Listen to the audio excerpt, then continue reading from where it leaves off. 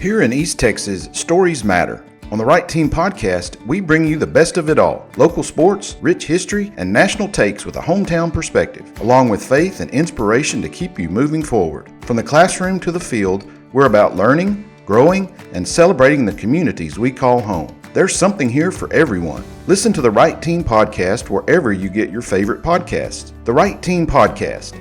East Texas stories told right.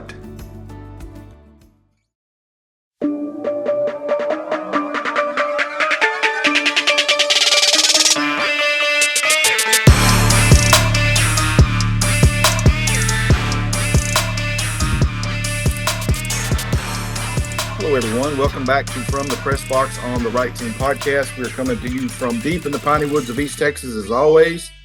I'm David Weaver, host of the podcast, and joined by my co-host, the sports director of KMHT 103.9 FM in Marshall, as well as the pastor of Friendship Baptist Church, also in Marshall, Brother Matt Paul. Matt, it was a long night dodging raindrops. It was not dodging any today. I tell you that for sure. It's coming down good, but yeah, we out in Harleton out in Edgewood last night watching Harleton play Corsicana Mildred, and I don't think anybody's playing today. In fact, I got word right before the podcast started, ETBU's ASC tournament has been pushed to tomorrow. They're not even going to try to get anything in today, and that's on a turf field. So, yeah. Well, it's kind of interesting, and again, I've had some experience with this as a dad following around, and when my son was playing high school ball 10 years ago, but and it's a lot. We've talked. It's a lot different world now, but I'm actually surprised that to this point, as we sit here this morning, we've actually gotten most of the games in that we had scheduled, even with the rain. It's worked out to where these teams have been able to get some games in despite the weather. And of course, today it looks like the weather is finally flexing its muscle and going to keep everybody off the field. But I think everyone was prepared for that. A lot of our local teams had scheduled this as an off day anyway, as far as expecting the weather and pushing it back to Saturday. So, but again, some of our local teams, we just wanted to mention here. Of course, Matt was covering the Harleton baseball game, and they come out of that one. Now they're facing elimination going into game 2. What was your take on that series as you were calling it over the radio for KMHT last night? I don't really know.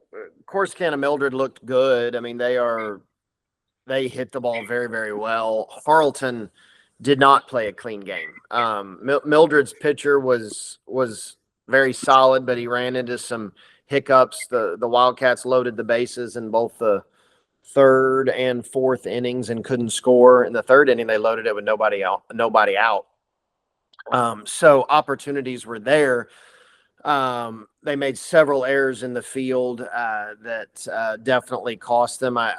It's one of those deals. I felt like the better team won, but you go into the 6th inning at 10-0, and you're like, if Harleton plays a cleaner game, this could be like 6-3 right now, which is anybody's ball game. So anxious to see how that shakes out tomorrow and moving forward, because I do think Mildred maybe looked like the better team, but I don't know that they were that much of a better team that Harleton couldn't win tomorrow and make it a series. Staying in the 2A ranks here locally, of course, the season ended for the Legion Fields Yellow Jackets as they go down into Frankston. Pretty competitive opening game the other night on Wednesday. The Jackets fall in that one. I believe 4-2 was the final score, but Frankston just ran away with game 2 and ended up sweeping the Jackets. So their season is done. Hallsville baseball won game 1 and then fell last night to Walnut Grove. So that series will be moving to a game 3 on Saturday. As of this morning, I have not gotten any updates as to when that game will be played. I know it will be played at North Forney, but no time yet for that on Saturday. I think maybe if it's not done already, and I don't hear it this morning, they're probably waiting kind of see what the weather does. But it's supposed to be a pretty day on Saturday, so I think game. I thought I had seen 1 o'clock, but I could be wrong. That could have just been Facebook. That sounds good. I just haven't seen it myself, and I've looked at all my sources. that I see online, and I guess I could just pick the phone up and call somebody over here. I hadn't thought about that. Heaven forbid we actually do things old school, but yeah, the Bobcats will be facing Walnut Grove in a game 3 on Saturday. Not so much so with the Hallsville Lady Cats. They opened their series against Lone Star, also in North Forney on Thursday, and came away with a 10-0 victory. The Lady Cats, again, defending state runner-ups. Makes sense, yeah. Looking to get back to Austin for sure. But they are one win away from advancing to the regional semifinals next week. Which of course they would play. Incidentally, Belton has already won their series, and so they're just kind of waiting around to see who comes out of Hallsville and Lone Star. I mentioned Pleasant Grove the other day. Baseball, again, ranked number 2 in the state. They opened their series against Nevada Community pretty easily, 10-0 win in game 1. And so Pleasant Grove is rolling, looking for another win to advance to the area round.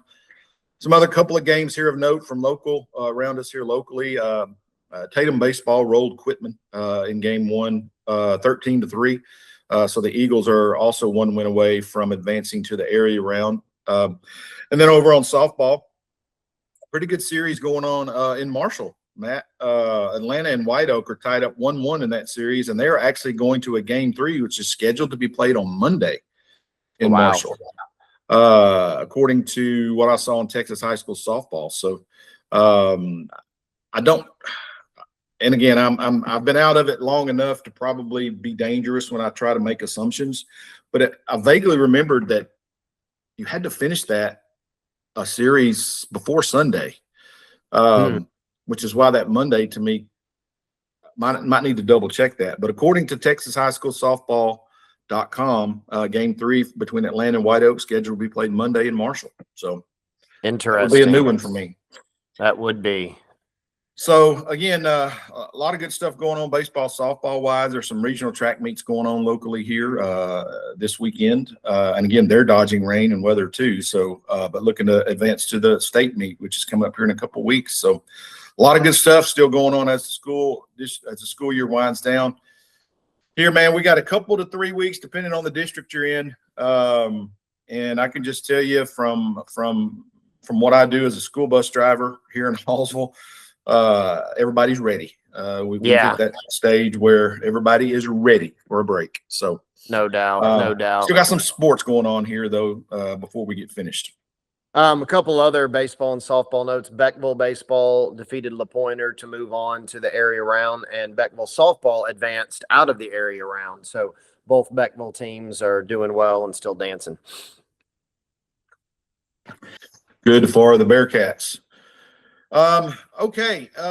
Let's stay in the high school right here because this broke shortly after you and I stopped recording our Wednesday podcast. And this kind of brings up a lot of questions for me on this. Not necessarily that this happened because, look, man, teams being ruled ineligible because of an ineligible player have gone on forever in Texas sports. I mean, my gosh, folks locally, especially if you've got any ties to Marshall, you're kind of in the firestorm of this at the front of the class. Go back to the 1988 football season with Dallas Carter and all of that mess that went on. That wasn't necessarily similar to what we're talking about here with the Grapevine baseball team. That was more of that was more of just out and out crime on the streets, to be honest. But there was some talk of, ineligible players and things like that. And everybody, that's well documented. But coming out on Wednesday, literally talking about the day of the first round starting. Grapevine, the defending 2-time state champs in Class 5A were ruled ineligible because of an ineligible player. And when you read into this story, the story itself isn't dissimilar from a lot of things that come across with this nature. They had a player that was not living in their district or was not deemed to be eligible to live in their district playing for them. And to Grapevine's credit, they realized this. They self-reported to the UIL, and then the UIL, of course, did what they had to do and looked at it and saw that, yeah, that we can't let them keep playing. This kid's ineligible. He's played. So basically they stripped them of all of their victories this year. But Grapevine was by and large the overwhelming favorite to win a third straight state championship. But it brings up the question to me, and the fact that this still continues to happen, it makes me wonder just how rampant this is, that we don't know about. I'll give you the opportunity to answer that first. What are your thoughts? Of course, you're in local media, but you do have some responsibilities as far as working directly with the Marshall coaching staff and being a press box manager and things of that nature. What are your thoughts on the idea that this actually goes on a lot more than probably any of us really realize? I mean, I have no idea. I mean, I could make my guesses, I guess. I'll say this. In no way would I be shocked. We know that people are doing whatever they can to find loopholes. We know they are. I mean, you see a kid, we see it in Marshall all the time, a kid that was playing for us one year and he's playing for somebody else the next year. And other school districts see that as well. And vice versa. We'll see some that happen the other way as well. So obviously coaches are always looking to kind of game the system as best they can, within the parameters of it. We probably, if we were to bring in some of the elite coaches in Texas high school football right now, they've all, within the parameters of the rules, figured out ways to game the system. But so I think that goes on. How much of it is outright breaking the rules? I don't know. I will say it's very reflective of our win at all costs. You've got to win, and that's what matters. Because now this one sounds like maybe they weren't aware of it, based on what you just shared. So I don't know, but it is there is pressure to win, whether it's real pressure from the outside or pressure you've created on your own. We know by going to games the amount of pressure from parents. I hear parents and community members talk to me as sports director all the time about the coaching staff for a particular sport at Harleton or at Wascom or at EF or at Marshall or what have you. There's pressure to get out there and get it done. So I'm sure that can play into it. But boy, I tell you, especially if I had a team like this that was a favorite to win, I would be crossing every T and dotting every I and making sure there's not something, I'm not saying people are stupid, but this is something stupid. This is something that was controllable. I got to make sure that something like that doesn't derail us. And that's what happened here. Yeah. And I know this goes on more than is ever found out. Yeah. I mean, there's a lot more that gets by the UIL than they catch. Right. It's like it's the old adage, you're not cheating unless you get caught. And of course that makes no sense whatsoever, other than the fact that it kind of covers you when you're doing those kinds of things. But and again, all indications are, as you said, Grapevine handled this the right way. They were self-reported themselves when they found out. And listening to some Dallas area media, there's a lot more that I think that kind of went on behind the scenes here with this, or some politics maybe that went on about the timing of when this was released. Well, here's what I'm trying to get to here. And I've talked about the culture of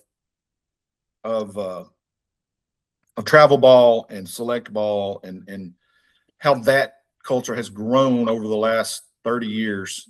And it kind of lends itself, not in the overwhelming number of folks who participate in this. I don't want anybody to think I'm, again, trying to bury travel ball, but there are a few instances where, as you mentioned, pressure if we supply you with all of this great pipeline of players who have done all of this travel and have played against all this competition, you better win with it. Yeah. And not saying this is what necessarily happened in Grapevine, but it does kind of open the door to, I believe, that adds more pressure to a baseball coach, particularly in an area that, lends itself to depending on baseball championships. Right. And that gets into the whole question of why on earth would a adult go so far to this lengths to try to lift themselves up because of a high school baseball team.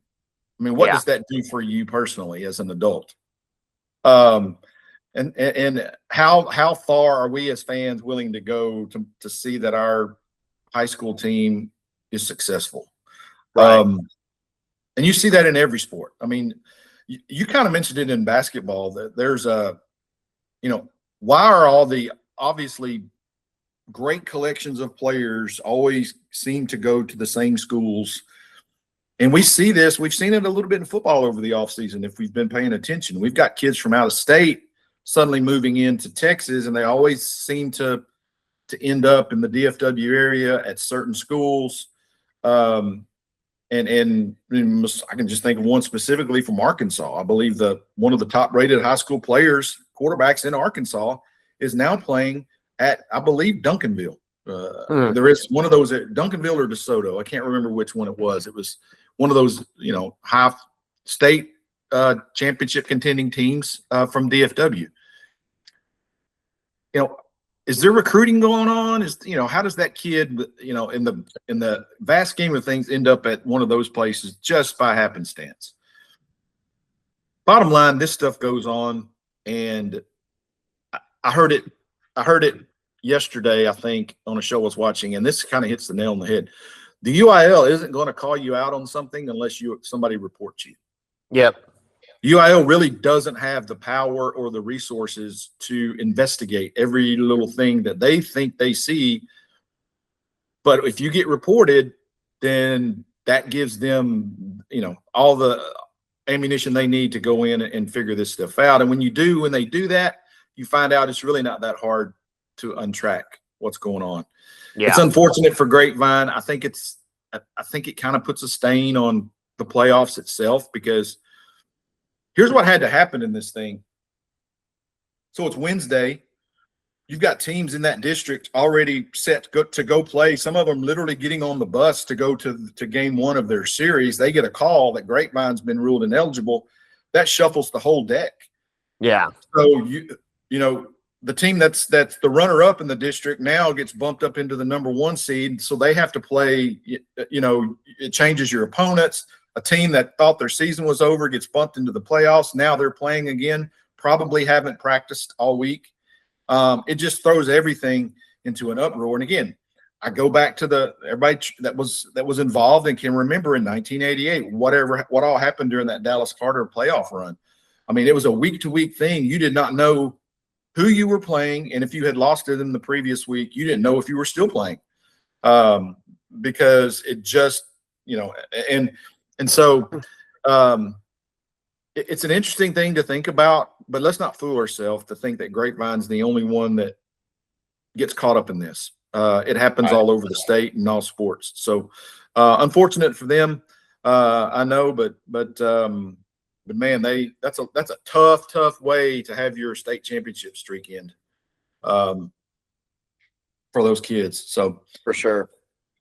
let's talk a little bit NBA as we move on here from the high school discussion. But I know you didn't get to see any games last night, but I know you've probably caught yourself up on what's going on. As of Thursday night, as we record this, there are, by my count, 4 Game 7s possibly still on the table out of the first round. Yeah, one we know for sure, Celtics and Sixers. And then Friday night tonight, there's 3 games that could force a Game 7. So yeah, we got one in the bank. Feel confident we'll at least get 1 or 2 others. Yeah, I mean, is that if you're sitting in the NBA office right now looking at TV ratings, is that something you're just giddy about? Oh, you're Uh, loving it. You're absolutely loving it. yeah. And all your TV partners and streaming partners and everybody else right now that's involved with NBA broadcasting, man, this is a gold mine for you potentially. Not so with the series with the Knicks and the Hawks. Wow. This one caught my attention. I was actually watching the hockey game between the Stars and the Wild. Of course, the Stars saw their season end, and we'll leave it at that. But as far as my hockey knowledge, kept seeing on Twitter every time I would refresh it, people were thinking, "Is this a joke? Is this a joke? Is this AI?" Because they would post the score of the game. Yeah. And the thing that really caught my, and I believe this was at one point in the game, it showed a 71-22 score. And I was like, "There's no way that's real." And then you look at it, and it is absolutely real. As the Knicks put the kibosh on the Hawks, who you said was one of those little kind of sleeper teams to watch. They started off the series. They started off this series like gangbusters, and then something awakened in the Knicks, and they run away with a 51-point beatdown in Game 6 Thursday night. That really, honestly, does not appear to have been that close. No, it doesn't, and it's really curious when you look at least I think when you look at the Knicks, this was a team that was probably thinking, probably in are we in trouble mode? They were down 2-1 to the Hawks going into a Game 4 in Atlanta. Boston was cruising over Philly. Now both those series is flipped. The Knicks won their series. Boston is facing a Game 7 against Philly and looking lost right now. And the Knicks are now, you wondered, are we going to get upset in the first round now? Are we going to host Game 1 in round 2? I mean, and to me, that wasn't even the craziest thing that happened last night, but it was a 50+ point beatdown that, you're right, wasn't even that close. Yeah, the Sixers staved off elimination. They beat Boston, of course, 106-93. So your Celtics are headed to a Game 7. And we all know what Game 7 means, man. I mean, anything can happen. That's right. Mano a mano, one game series. The Sixers got to feel pretty good about themselves, even having to go back to Boston for that one. Yeah, I would too.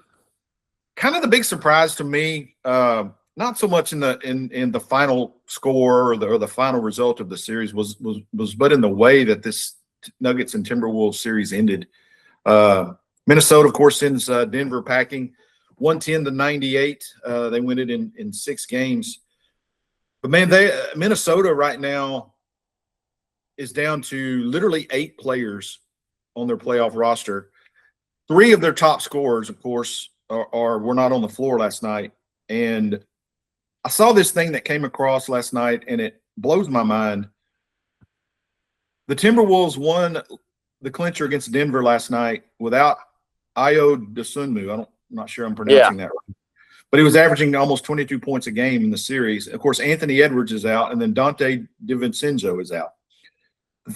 That makes them the first team in NBA history to win a playoff game while missing 3 or more players who were averaging 10+ points in the series.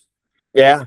I don't know that that's so much on Minnesota as if you're Denver, what are you asking yourself this morning? It is, but I'll tell you, we talked before the playoffs started. You said, who are some people outside the top 2 or 3 in each conference that you like?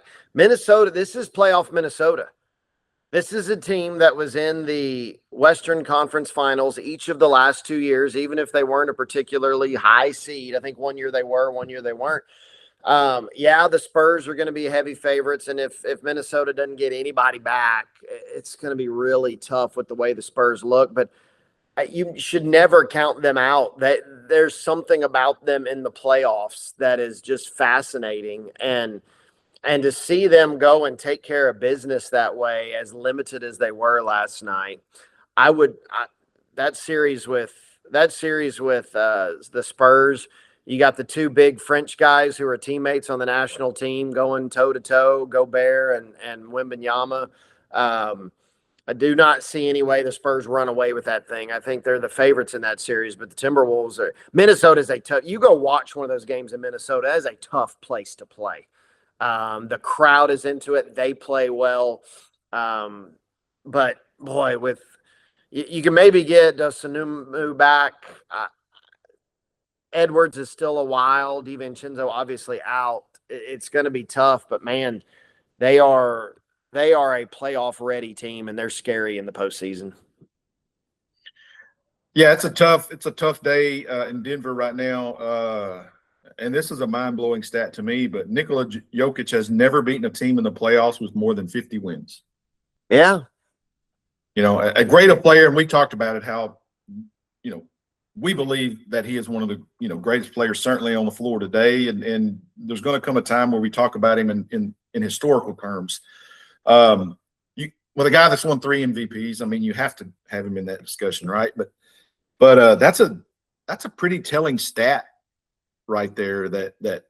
And I would have never known that, and considering he's also won a title, that he's not played or not beaten a team in postseason with at least 50 wins on the season.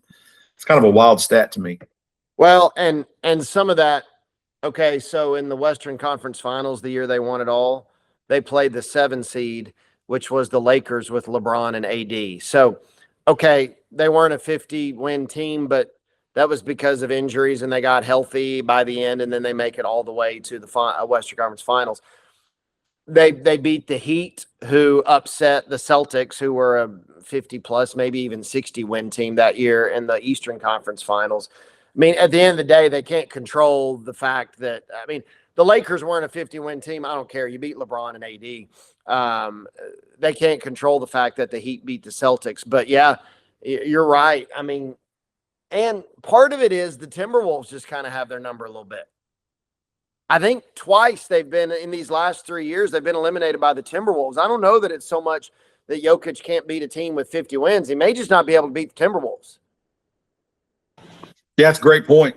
It's a great point. Kind of get vibes. I remember back in the day when the Mavs would struggle against Sacramento year in and year out. They would struggle against Phoenix year in and out. You know, it just kind of seemed to kind of roll a little bit year to year. So, yeah, maybe they could be just as simple as that. They're just not a good matchup for Denver in the postseason. But wrapping up our NBA discussion this morning. Again, as we record this, it is Friday, and man, some exciting games coming up tonight. All 3 elimination games, all 3 game 6s, all 3 could end up going to game 7. Detroit at Orlando.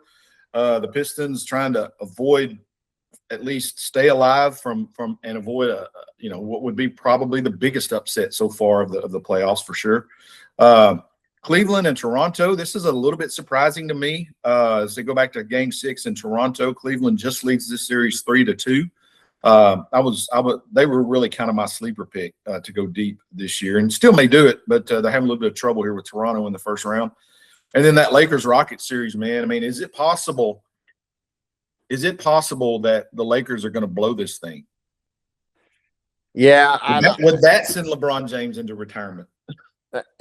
Possibly. And, it's funny. I was shocked that the Lakers got up 3-0 in this series, right? I don't think anybody saw that coming. And now it's kind of now look, last night or the other night was kind of weird because you got Austin Reeves, who is just back, and everybody can say, why didn't they win? They had Austin Reeves back. Look, when a guy's gone for several weeks and has to work his way back in, it's not like it's seamless. It's never just seamless. It's not an easy transition. So I do expect a better Lakers team to show up tonight. The Rockets are feeling their oats. The worst thing, I think, for the Rockets would be if KD tries to come back. He's out Game 6. You found a groove right now. Don't mess it up. Maybe next series if you advance it. But, yeah, this is wild to have a team that I never dreamed would go up 3-0, and then staring down the possibility that maybe they're going to blow it. It's going to get real interesting in L.A. if they have to go back for Game 7. Yeah, I think I read something where they've already ruled KD out for Game 6. So they have. Yeah, And they need to keep it that way. They need to keep him, and try to get him healthy because right now he's KD MIA is what he is. But yeah, it'd be interesting to see LeBron as this series has gone on. Doesn't he seem to be kind of running on fumes a little bit? He is, and he hit the big shot in Game 3. He was doing the yeoman's work in the first 3 games. I mean, you kind of have to start deferring to Austin Reeves because you're 41 years old, and trying to grind this out. So I would expect LeBron is probably going to take it easy in this one as well, because I'm sure he's still a little bit worn out. And then if he has to give it all he's got in a Game 7, he'll be ready for it. But yeah, this is it's make or break time right now, or at least getting there. Of course, it is for Houston. Yeah, They got to win the game. I think it is, and we talked about this a little bit the other day. I think it's more. It would, and it sounds weird, but it is actually, I think, more beneficial long term for the Lakers to consider sitting LeBron in Game 6, having him rested somewhat for Game 7, and extending the series to allow yourself as a team to get a little bit more healthy. I know that sounds really weird, and that's a fans' take, but if there was something to think about. If there was a chance that Luka was going to come back in the next round, maybe, but they've already said he's not. He will not be playing in the next series should they make it. So I kind of feel like, you got to win this series. If you can win it tonight, great. But I don't expect LeBron to. Austin Reeves is going to have to come out and have a 30-point game, and guys like Ayton and Hachimura and Jackson Hayes, Luke Kennard, these guys are going to have to refine some of that magic they had in those first couple games to see if they're going to be able to do it tonight. Yeah, I'm no Lakers apologist. I don't want anyone to think I am, or even remotely a fan. It does kind of suck the way that this has kind of gone down for them here late in the season with losing Luka in particular. It would be very interesting to see the way LeBron's playing now with Luka added into that, fully healthy and being able to go into the playoffs like that. I think we're kind of getting cheated by not seeing that as fans. Well, who didn't want to see a potential Thunder Lakers series with both teams fully healthy? So yeah, we're absolutely going to get cheated of that for sure. I saw this yesterday that came across, and it was of course, it's one of these kind of false polls by a writer. And so, take it with a grain of salt, one person's opinion.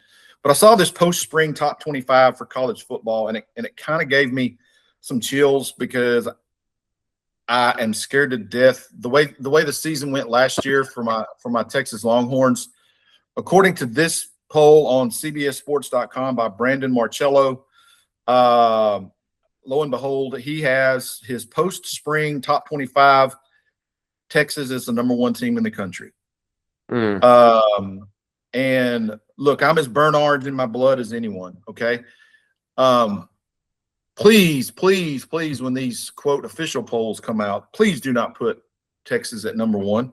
They're not the number 1 team in the country. Now, they may earn that at some point during the season, and I'm going to repeat this. I think I've said it before. I hate the way we do polls in college football. I hate the way we do polls in general for college sports. And here's why. How on earth do we know anything about how this team, particularly in this era of NIL and transfer portal, how do any of us know anything about these teams other than what it's like a fantasy draft? And you come out of that draft and you say, well, so-and-so got all of this talent. He's going to win the fantasy league. No, you can't tell that because all kinds of stuff goes in, right? Right. That's the same thing with this kind of thing. So I'm only bringing this particular poll because it gives us something to talk about. I do not agree with Texas being number 1. They've got Ohio State at number 2. I could be okay with that. Oregon 3, yeah. Georgia 4, yeah. Notre Dame 5, yeah. Where do we find the defending national champion who will go into next season undefeated as the defending national champ? Indiana, right? At number 6. If I'm the kind of coach that loves to motivate my team the way it appears that Kirk Cignetti does, right? I mean, he coaches and motivates with an edge is the way I would put that. This is bulletin board gold for him, something like this. And my take on it is this. Matter of fact, you got Miami sitting at number 7 in this poll. So the two teams that played in the national championship game are out of the top 5 in this poll. Yeah. Why do we do that?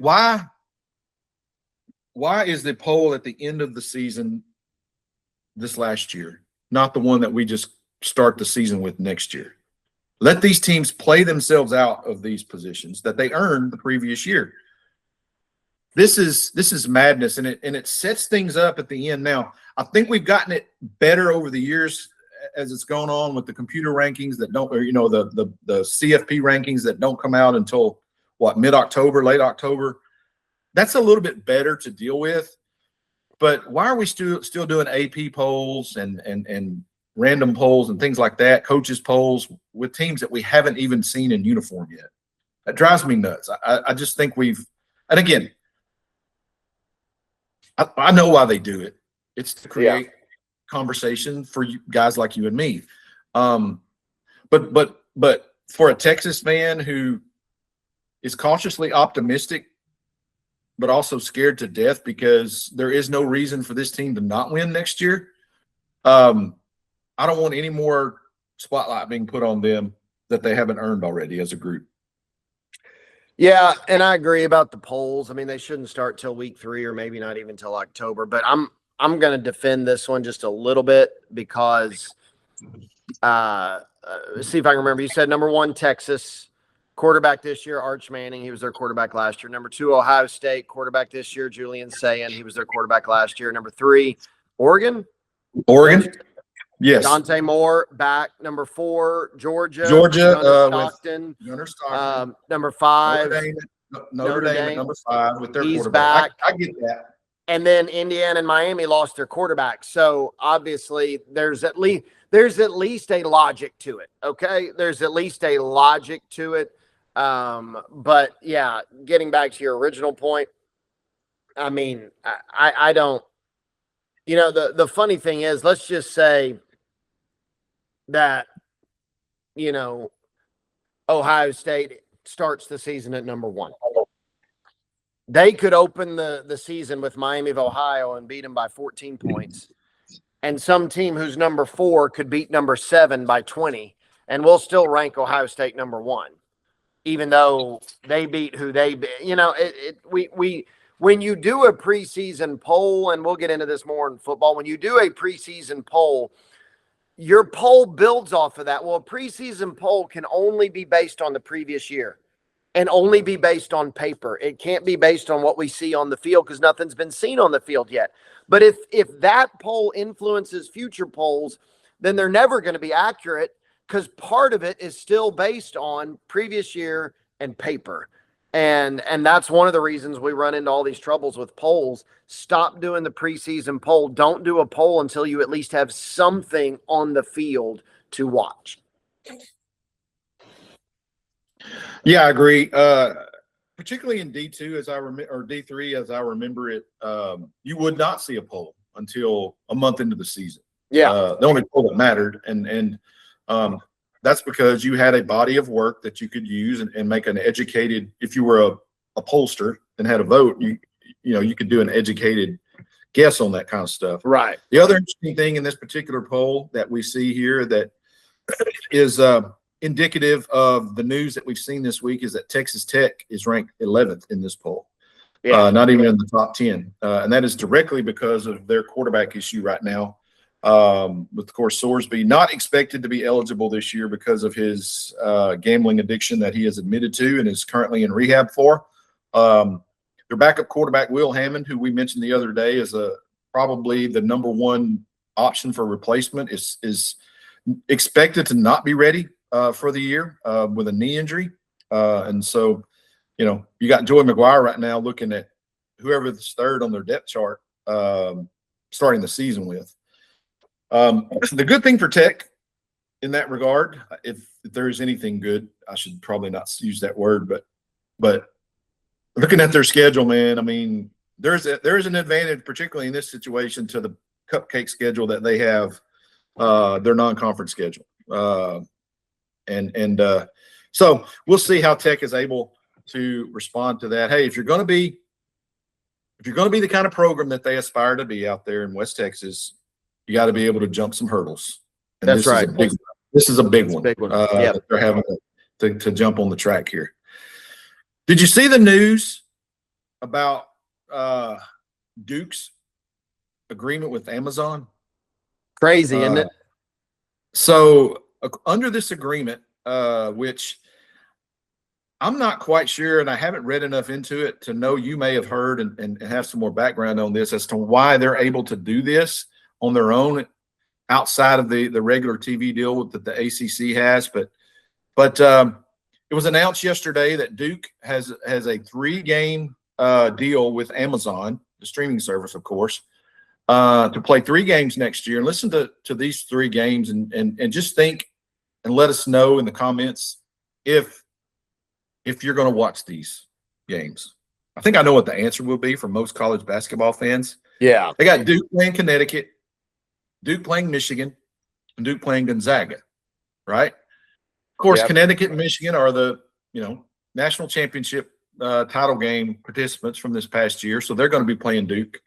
All of this will be, of course, streamed on the Amazon channel. Duke making a lot of money for this deal, Matt, a lot of money. And it just kind of shows us again the power of where we're headed with these streaming channels. Be interesting to see how this will affect upcoming TV deals in the future. Yeah, and it is another way to potentially make money. I believe there's going to be some NIL opportunities related to this in some way. Duke kind of had to negotiate a little bit with ESPN because, they're part of the ACC. The ACC network has a deal with ESPN. And so there's been, I'm looking at the story right now. Apparently, as part of it, Duke has agreed with ESPN to, they've kind of made certain commitments, scheduling commitments, in exchange for the ability to play these 3 neutral site games. They're going to partner and select ESPN owned and operated neutral site events in the 27-28 season, 28-29 season. So there's kind of some give and take there, but it's definitely groundbreaking. It's definitely something I would expect to see more of from certain programs, and really not just from programs, but from coaches. Like, I would really be shocked to see the coaches that are, I don't like the word curmudgeon, but like guys like Tom Izzo and Dan Hurley, they're kind of Mick Cronin, they're kind of, set in their ways a little bit. So I don't know if they would necessarily do it. A guy like John Calipari at Arkansas, I could see him jumping on board with something like this. I think you could see it.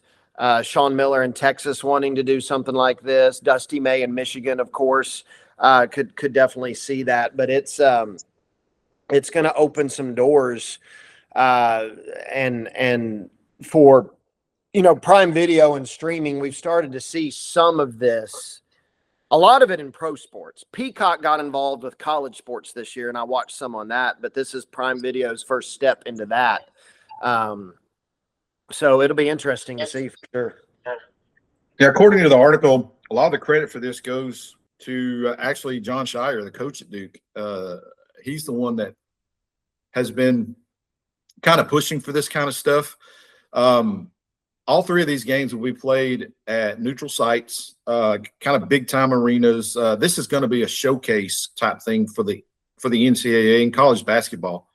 Really good idea, I think, and you and I have talked about it a little bit. It's gotten better over the last few years, I think, because of the advent of streaming and just so many more opportunities for these schools to earn mega bucks with this kind of stuff.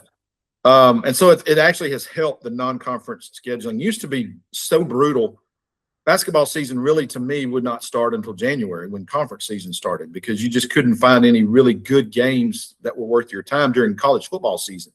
Games like this, I mean, it's not going to take the place of college football, but it's going to give you something to think about when there's not a worthy game on, right? And I'm sure I'm sure these games are scheduled around big college football days. I haven't really looked at it yet, but November 25th, which kind of sounds like Thanksgiving week to me. Yep. Duke is going to play Connecticut in Las Vegas, of all places, and then on the 21st of December, Christmas week, they'll be playing Michigan and New York at Madison Square Garden. And then on February the 20th, right before conference tournament start, is the Duke and Gonzaga game in Detroit. So very strategically placed in the calendar with these games. I think that will get the maximum viewership and interest. Look, I'm no Duke apologist either, but this is pretty ingenious to be able to pull this off. And get these three, top 5 programs annually, especially now, to agree to play it in these. Wonder how much they're getting. I didn't read that. I actually didn't see any actual numbers on that, but they got to be making a pretty penny too to agree to it. For sure. And look, I wanted to mention this too. I am not. I'll just say this: full disclosure. I am not the WNBA in the summer in particular does not pique my interest. I don't know that I've ever watched a single minute of a WNBA game. And for really, the biggest reason is just the time of year that it's baseball season. It's summer. It doesn't feel like basketball time. A lot of other things go into it, but just not a big deal of the WNBA. I will say, the fact that you have a talent like Paige Beckers and now AZ Fudd, a Connecticut pipeline, if you will, coming to Dallas, the closest franchise, has piqued my interest probably more so than ever before. Not to the point where I'm probably going to sit down and watch a whole lot of pro women's basketball, but there was a preseason game played of note on Thursday night that I wanted to just kind of mention this morning because it involved, of course, Paige Beckers and the Dallas Wings, and of course Caitlin Clark and the Indiana Fever. And the headline in the story, again, it's a preseason game being played in Indianapolis there in front of the Indiana fans. The headline on this is Clark okay after exiting preseason home opener early. You read the story, Caitlin Clark goes down with a apparent injury to her knee. This, of course, was her first game, it says, being played on her home floor in 9 months because, of course, her season ended early last year due to her groin injury that really knocked her out pretty much the second part of the season. And it begs the question again.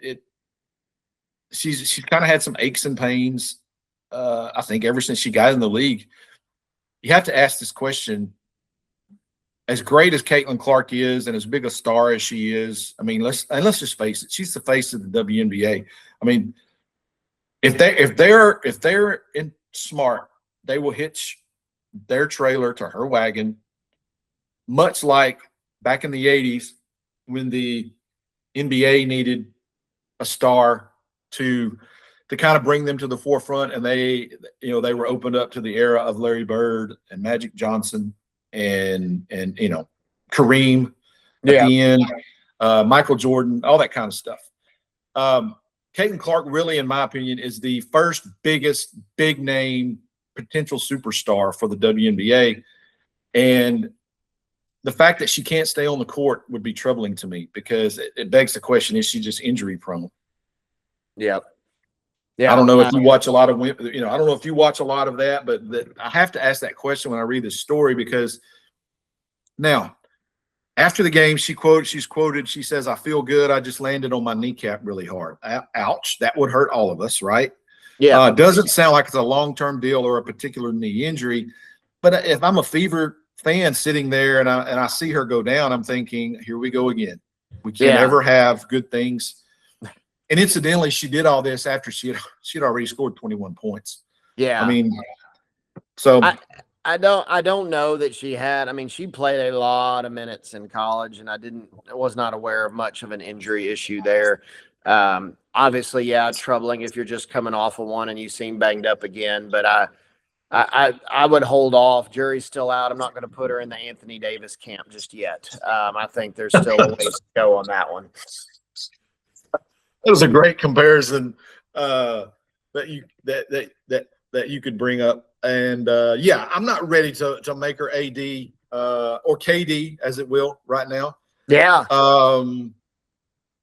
But it's been well documented, the beating that she has taken ever since she stepped on the floor. And it's kind of somewhat petty to follow, I guess, when you see it. Is it jealousy? Is it all kinds of other stuff that goes into it, right? But she has taken a physical whipping. I don't think the team she plays for is very good either, so that doesn't help. But I think it's pretty telling and something to watch as we move forward. If she goes this season with no problem, I think it's a non-issue. But the fact that she is just now coming back, and then her first night back, this happens, it kind of gives you the idea and the fear that maybe there's something there. Well, I don't know. If you're an WNBA fan, I think certainly it's something worth watching as you go down into the summer. It's just really hard for me to say, let's go watch some basketball in July. It's just, I can't do that, man. I know what you mean. Too deeply ingrained in my baseball blood. Yeah. Speaking of baseball, this was some good news that came across my feed last night, Matt. And this is from Yahoo Sports, but MLB owners and the MLBPA are set to begin labor negotiations soon. And if you have ever followed this in the past, typically these things don't start to pick up steam until later in the year, like later in the summer, early part of the fall, as the baseball schedule starts to wind down a little bit. The fact that they're even talking about, okay, let's get this going a little bit early, is a good sign. Tells me both sides are willing to sit down and at least talk. Of course, the current CBA expires December 1st of this year. And we've talked about it here on the show. The number one issue that's going to come up above all others is the idea of a salary cap in baseball. Yep. And you and I have talked about the doomsday predictions of this. I'm still not hopeful that this is going to get done in a way that is going to avoid a work stoppage. But the fact that these two sides are willing to sit down and at least talk about it gives me some hope that maybe, just maybe, by the time we all get back into baseball mode in early spring next year, we won't be looking at, crying our eyes out. Yeah, it feels like the first positive step or positive bit of news I've heard. I mean, I don't pay attention to it the way you do, but it's the first positive step and positive bit of news that I've heard on this front. I feel like I don't even know how long, a very long time.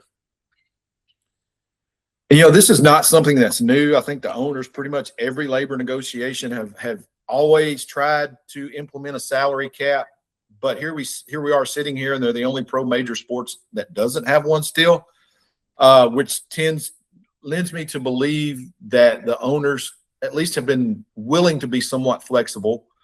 But I'm in the camp of what we're doing now isn't sustainable. It's not workable. There's going to have to be some give and take on both sides. I don't know what that looks like in terms of a quote salary cap that's implemented this time next year. But we can't keep continuing to have special rules for one club that doesn't apply to the other clubs. Yeah, for sure. And I'm talking about the Los Angeles Dodgers. They get their own TV deals. They get their own, piece of the pie from those TV deals. I mean, they get their own rules made for their players. I didn't follow the Dodgers enough until recently, and this has incensed me that, they get a roster exemption because Ohtani is also a pitcher. Yeah, I know. They can they have an extra player on their roster gifted to them by the league because, well, we have a guy who's a two-way player, and he's a pitcher. So when he doesn't pitch, or when he does pitch, we have one less player than everyone else. And so MLB just says, okay, we'll give you an exemption for that, and you get an extra player. We can't make those kinds of rules for just one team in a professional sports league like that. I don't think, right? That's the kind of stuff that needs to be negotiated in collective bargaining. I still think both sides are going to be dug in, though, on this salary. I think it's reached the point where the salary cap, the owners aren't going to budge so quickly this time on this thing. And the players certainly aren't going to budge. For sure. Yeah, you're Scares exactly me to right. death. So I will be following that here on this podcast, and because it's almost like a doomsday clock counting down for me to December 1st. We'll know by December 1st really what to expect, if this is going to be a long one or if this is going to be something that we can expect baseball next year. Yeah, for sure. We'll see. But anyway, good to hear that they are willing to start early on both sides. That brings us to our final word this morning from Galatians 5:25. It says, if we live by the Spirit, let us also keep in step with the Spirit. This is, of course, the Apostle Paul reminding us that, honestly, as Christians and believers, to practice what we preach, right? And I get so frustrated with myself and others that claim to be believers and followers and then live a life that does not reflect that.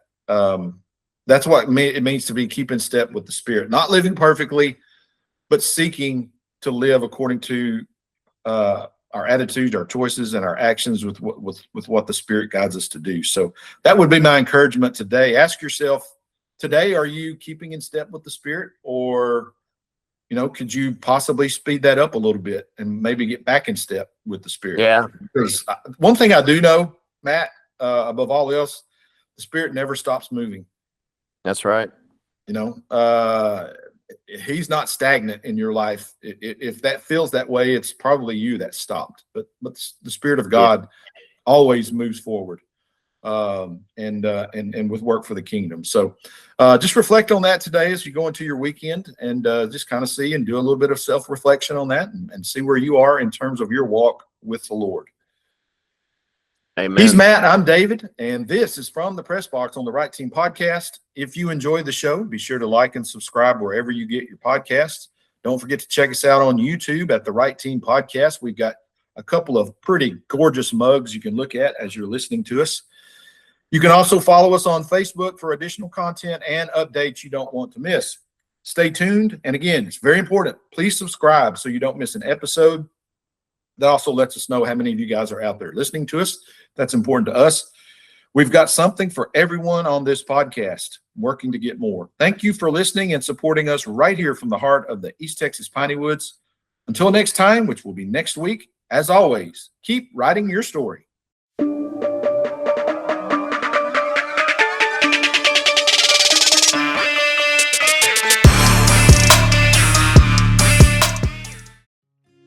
At Styles Electric, we believe in doing the job right every single time.